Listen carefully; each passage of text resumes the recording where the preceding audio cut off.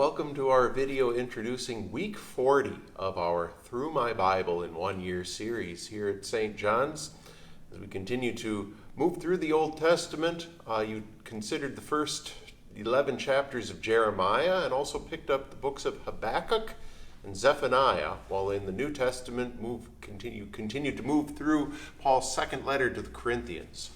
I asked you to especially hone in on that minor prophet Habakkuk and ask, how does the book of Habakkuk help us to understand our world's present geopolitical situation?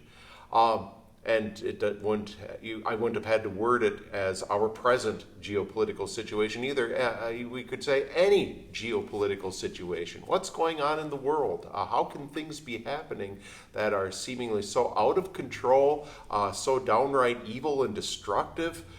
Well, Habakkuk has the answers. In the questions that Habakkuk lays before God and the answers that God gives, we see that God has a larger view of things.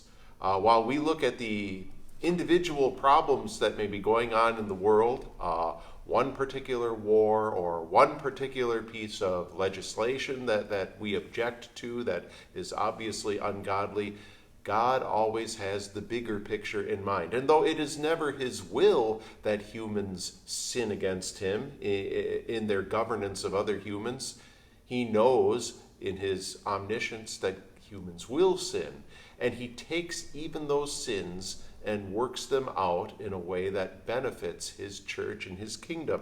Temporary evil can always be used by God for a greater purpose. And the larger and even more important truth that Habakkuk reminds us of is that God is always in control. Even when godless people are in power, whether they recognize it or not, they are just instruments of God himself. And God will take what they do and use it somehow as a blessing for his people. That doesn't mean that there won't be very difficult things to endure here on earth. That doesn't mean that we're going to stop our role as citizens here in the United States and just abdicate our responsibilities to push for godly laws and godly leaders, but we will trust that God always knows what he's doing and is always in control. And then as you move through 2 Corinthians and saw Paul's exhortation to continue the collection that he was taking up for the believers in Jerusalem, we see in 2 Corinthians some principles of Christian giving. I think we might list three of them.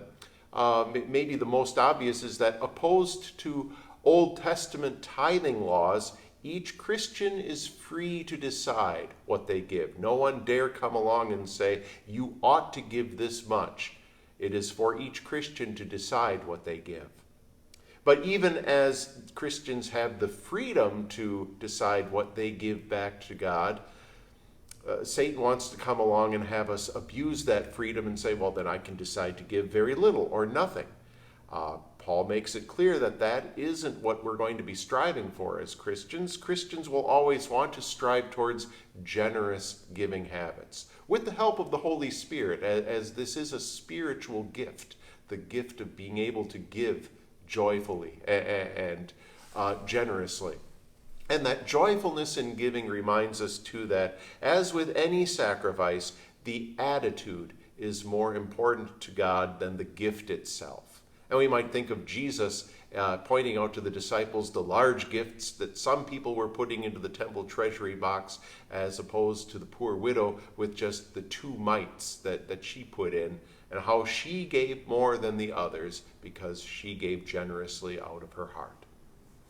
As you move on, you're going to pick up selected chapters of Jeremiah. These next 2 weeks, Jeremiah gets chopped up a little bit, and you do chapters 11 through 23. You skip chapter 24. You skip a number of chapters, 26, 27, 28, 29, 30, all through 33, and you pick up 34, 35. And there's a reason for that, and you may see that as you read through these next 2 weeks, how the reading plan has Jeremiah chronologically ordered for you. But as you go through the chapters of Jeremiah, and most specifically chapters 11 through 23, or 12 through 23, describe and explain some of the actions God directs Jeremiah to take to make his prophetic work more vivid for the people of Judah. And he has Jeremiah do some odd things, but there are pictures in the work that Jeremiah does, and we'll talk about some of those next time. And then as you also finish up 2 Corinthians and move into the epistle of James, the first 3 chapters, list some common sins that James was obviously warning early Christians against. God's blessings on your reading this week, and we'll look forward to seeing you next week.